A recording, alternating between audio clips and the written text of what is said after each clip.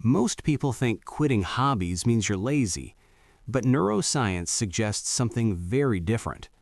That unfinished guitar in your room, that coding project you abandoned, that language you tried to learn, they might not be proof that you lack discipline.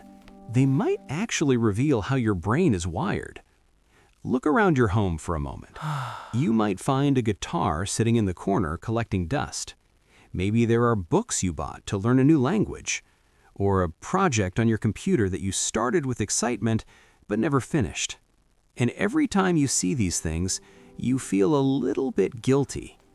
People have many names for this pattern. They call it flaky. They say you lack grit. Some people even use the famous phrase, "Jack of all trades, master of none." The story usually goes like this.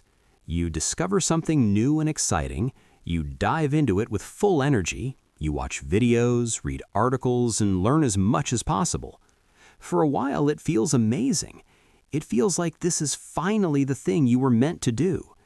But then something changes. The excitement slowly fades. Progress becomes slower. Learning stops feeling magical. And eventually, you quit. Then the cycle repeats with a new interest. After a few years of this, many people start blaming themselves. They wonder why they can't stick with anything. But what if the problem isn't your personality? What if it's simply how your brain responds to learning? When you start learning something new, your brain releases dopamine. Dopamine is the chemical that makes discovery feel exciting. In the beginning, everything is new. You go from knowing nothing to understanding basic concepts very quickly. That fast progress feels incredibly rewarding. Your brain loves it.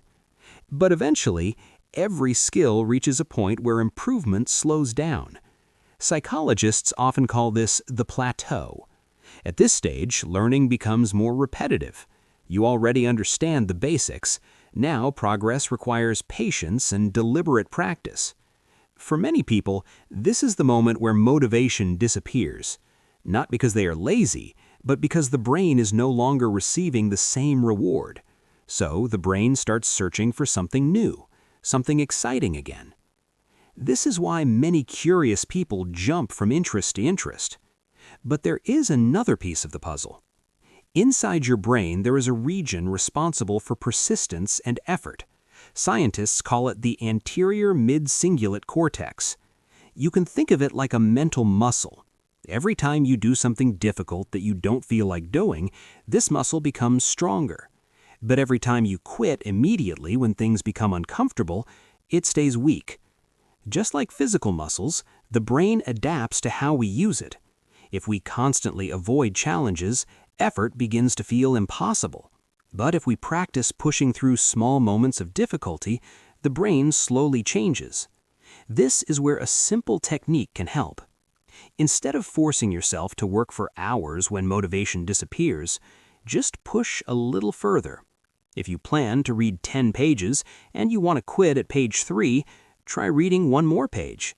If you plan to practice for 20 minutes, try staying for just 3 minutes longer. These small pushes train your brain to tolerate discomfort, and over time, your mental endurance grows. But there is another obstacle many people face today. Modern technology constantly floods our brains with easy stimulation.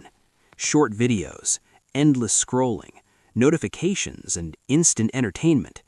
These things train the brain to expect constant excitement. So when you try to practice a skill that requires patience, it suddenly feels extremely boring. But boredom is actually not the enemy. In many cases, boredom is the gateway to deeper focus.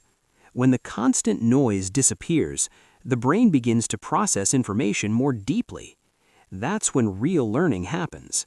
So instead of trying to eliminate boredom completely, learn to tolerate it.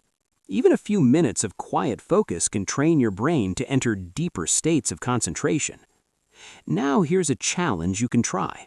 Choose one interest, just one. It doesn't have to be your career. It can be anything that genuinely interests you. Commit to practicing it for 6 months. The goal is not perfection. The goal is simply to experience the plateau without quitting. Notice when motivation disappears. Notice when boredom appears. And instead of walking away immediately, push just a little further. Those small moments of persistence are what reshape the brain.